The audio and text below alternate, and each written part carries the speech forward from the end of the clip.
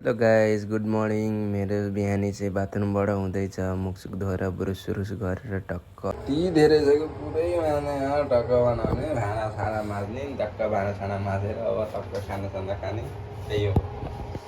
टक्क अब भाँडासाँडा धोएर टक्क रेडी भएर अब नुडल बनाउन सुरु गरेँ क्या। नुडल फेरि अब अब सब्जी बनाउन अलिक छेउ लाग्यो क्या। नुडल पनि रेडी भइसकेको थियो।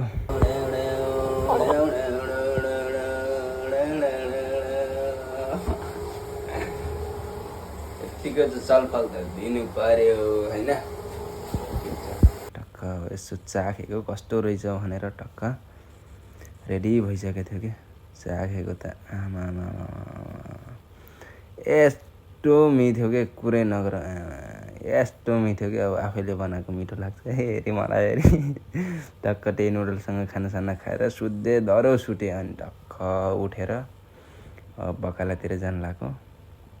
टक्क अब फ्रेस हुनु पऱ्यो। दिनभरि सुतेर अब तनाव, दिनभरि सुतेर टाउको दुखाएको थियो, ज्यान दुखाइरहेको थियो क्या। ककसको यस्तो टाउको साउको दुख्ने, ज्यान सानो दुख्ने, धेरै सुतेर ककसको हुन्छ यसो कमेन्ट गरिदिनु होला।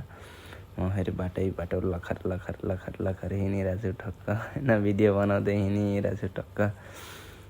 फुलहरू उसहरू पनि राम्रो छ क्या, नेचरहरू पनि यहाँ फेरि दामी देखाउँछ क्या।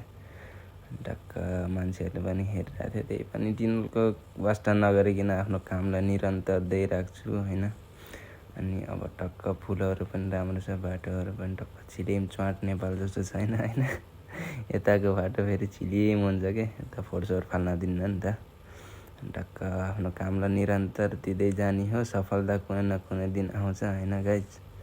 त्यही पनि आफ्नो काम, आफ्नो धैर्यता राख्ने हो। टक्क बकालामा गएर फेरि अब नारिवल पानी उठाइदिए, टक्क गएर अब खाएर टक्क फ्रेस भएर अब साँझको लागि खानासाना बनाउने भनेर टक्क हिँडेर टक्क गएको त उतातिर आरामले गइरहेको थिएँ। अनि उता फेरि सनराइज त आमामा बबाल के, सूर्य त दामी देखिरहेको थियो।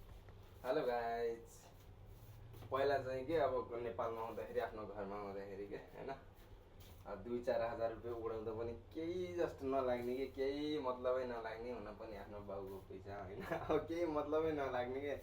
अहिले त यता विदेशमा आएपछि फेरि 2-4 रुपियाँ बचाउनको लागि मान्छेले पनि के गर्छ है। यो कुरा चाहिँ सत्य रहेछ क्या, साँचो रहेछ क्या, साँच्चै।